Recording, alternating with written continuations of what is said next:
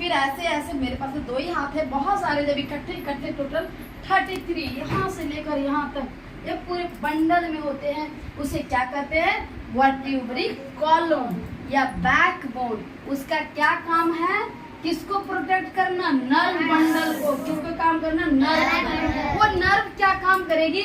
वो sensitive message पहुंचाती है ब्रेन को। मान लिया चींटी आ गया, तुमको काट रहा है, तो वो हाथ कहेगा, मैसेज भेजेगा नर्व के थ्रू कि देखो कुछ है, तो नर्व कहेगा। दिमाग को पता है कि सब क्या है, इसे नहीं पता है हाथ का थ्रू। दिमाग ब्रेन कहेगा कि चींटी है, उसे तुम भगाओ, फिर मेरा हाथ भगाता है। अब ये इतना जल्दी होता है ना कि हमें पता ही नहीं चलता है कि मैसेज कब देता है, तुरंत होते रहता है ना। करंट देखते हो, फ्लो होने में टाइम लगता है क्या? यहाँ स्विच ऑन करते हैं, पंखा चल जाता है। एज लाइक उसी तरीके से है, उसी तरीके से तुरंत ब्रेन क्या करती है? वो मैसेज देती है, किसके थ्रू? नर्व के थ्रू। अब वो नर्व को कौन प्रोटेक्ट कर रहा है? बैकबोन। सोचो बैकबोन कितना इम्पोर्टेंट है ना। कितने बोन से बने हैं? 33। अब आइए रिब केज। क्या है?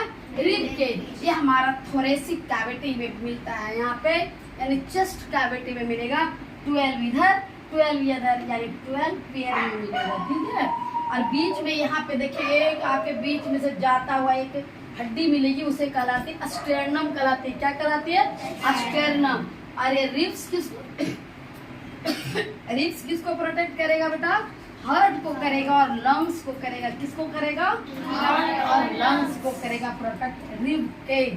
रिब केज किसको प्रोटेक्ट करेगा? हार्ट और लंग्स को। देखिए इधर भी जुड़े हुए हैं और यहाँ बीच में भी जुड़े हुए हैं। तो ये दो क्या है ना, दो जब आप ऐसे इस तरीके से, जो पतले हैं उसको तो क्लियरली आपको पता चलता होगा कि बहुत सारे ऐसे से पास किया है ना। तो दो क्या होता है ना, बीच में लटके हुए होते हैं, फ्लोटिंग करते रहते हैं, तैरते रहते हैं, इसीलिए उसकी फ्लोटिंग या फॉल्स रिब्स कहते हैं, ठीक है। The 12 pairs of ribs आ गया ना। मैं बताई थी कितने पेयर्स? 12 पेयर्स या 24 है ना। पेयर्स मतलब 2, यानी 12 पेयर्स मतलब 24। The 12 pairs of ribs in our body form a rib cage. It protects the delicate organ like lungs, heart and kidney. किसको किसको प्रोटेक्ट करेगा? लंग्स को, किडनी को और हार्ट को। सोचो कितने इम्पोर्टेंट।